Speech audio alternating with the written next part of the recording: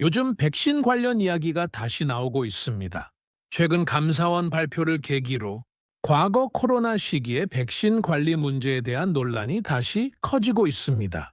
특히 일부 백신에서 이물질 신고가 있었고, 이 과정에서 관리가 충분했는지에 대해 지적이 제기됐습니다.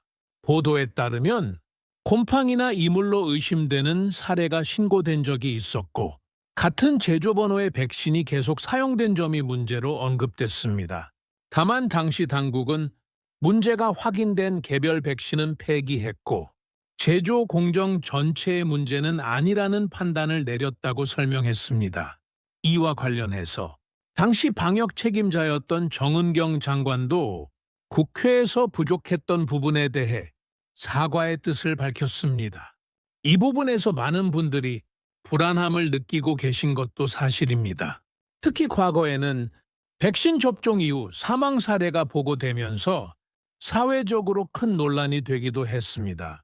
다만 이러한 사례들은 각각 인과관계 조사가 진행됐고, 전문가들 사이에서도 다양한 의견이 존재합니다.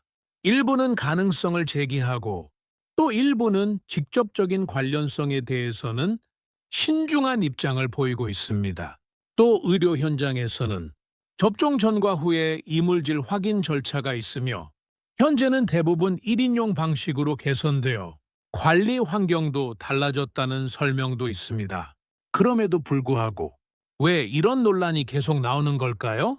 이유는 단순합니다. 건강과 직결된 문제이기 때문에 작은 가능성에도 사람들이 민감하게 반응하기 때문입니다. 그리고 정보가 많아질수록 오히려 혼란이 커지는 경우도 많습니다.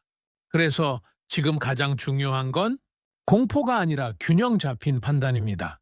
한쪽 주장만 듣고 결론을 내리는 것이 아니라 여러 정보를 함께 확인하는 것이 필요합니다.